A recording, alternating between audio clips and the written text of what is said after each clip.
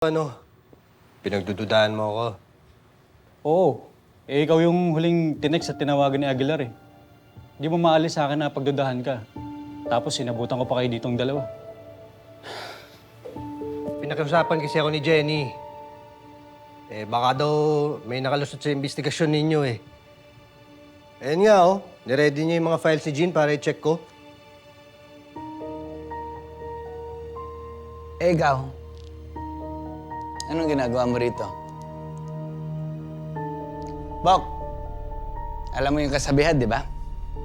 The criminal always goes back to... Basta bumabalik ang kriminal sa crime scene. Oh. O yun nga din yung iniisip ko, kaya nagbaka sakali ako. Tapos nakita ko kayong dalawa. Siya nga pala dyan, naalala ko, nabanggit ni Jenny. Nag-undercover pala yan si Aguilar. Oo. Nag-undercover siya bilang waiter dito sa isang bar sa Tarzan. Sakto sa kanya kasi kalilipat niya lang dito eh. Walang nakakilala sa kanya. Ano na may iniimbestigahan niya? Murder robbery. 2 kaso na akala namin noong una hindi konektado. Pero nang malaman namin yung parehong biktima, regular dun sa bar. So, posible kaya na nasira yung cover ni Aguilar at inunahan siya ng killer? Or, kilala na niya kung sino yung killer. Kaya siya makikipagkita sa'yo para magkonsulta. Kaso hindi niya na nagawa yun. Kasi naunahan siya.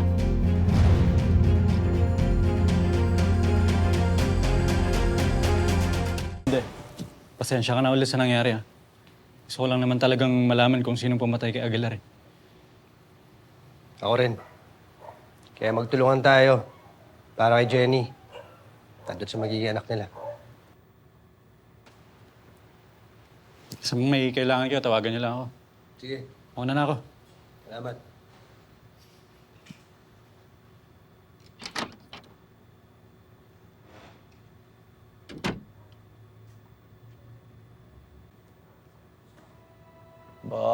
Bok. Alam ko yung itsurang yan. Ano na naman iniisip mo?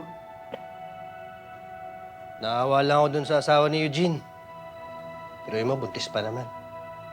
Kung nakita mo lang kanina yung asawa niya, kung paano na kayo uusap para manghingi ng tulong. Ay, nako.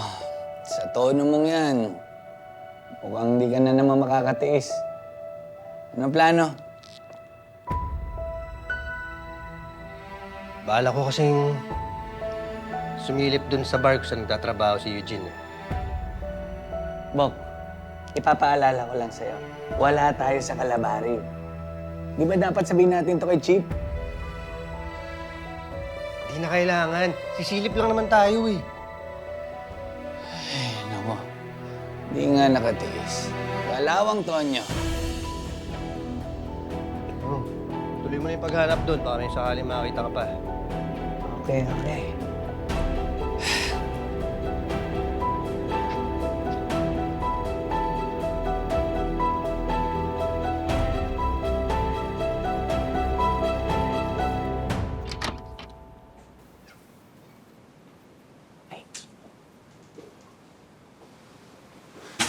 Okay lang ba sa'yo itong room na to? Bakit? Okay naman ah. Importante naman sa akin may hot shower. Hindi ito yung in-imagine ko nang binook ko yung place na to. Gusto ko maging special tong araw na to eh. Oh. Bakit? Magkasama naman tayo. Hindi ba special na yon? You know what? You're right. Kahit sa naman, special basta kasama kita.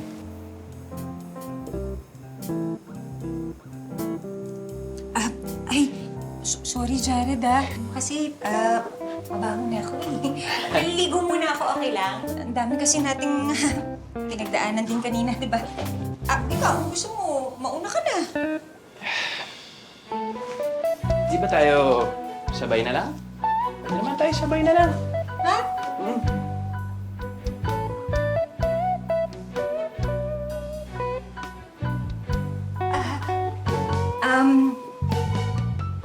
Hindi, mauna na ako. Ako na rin ako eh. Ay, hindi. Mamaya na lang. Pagkatapos ko.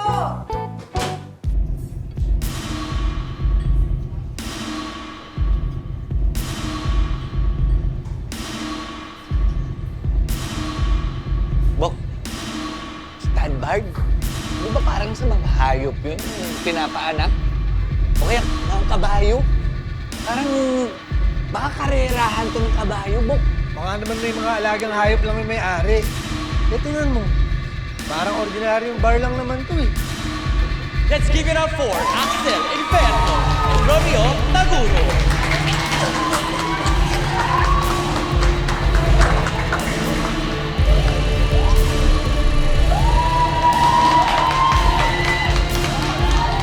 Bok, mukhang nagkamali ako. Alam ko na kung anong klaseng bar to.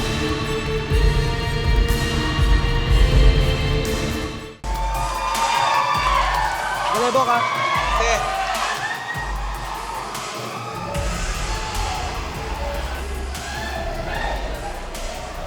Boss, pwede mo magtanong? Ano yun, bossing? Dito kasi nagtatrabaho yung tropa ko. Magkikita dapat kami, kaso lang mukhang hindi yata pumasok eh. Sabi na nga ba eh, mukhang naligaw kayo dito eh. Naligaw? Ano naligaw? Bihira lang kasi yung customer naming lalaki. Unless, ganito pa. Hindi. Hinahanap ko lang talaga yung tropa ko. Bakit, bossing? Ano bang pangalan ng tropa mo? Si Eugene. Si Jean? Oh, Wala na yun. Nagkasagutan sila kagabi ni Miss Ann eh. nagkasagutan. Teka, sino naman yung Miss Ann? Manager dito.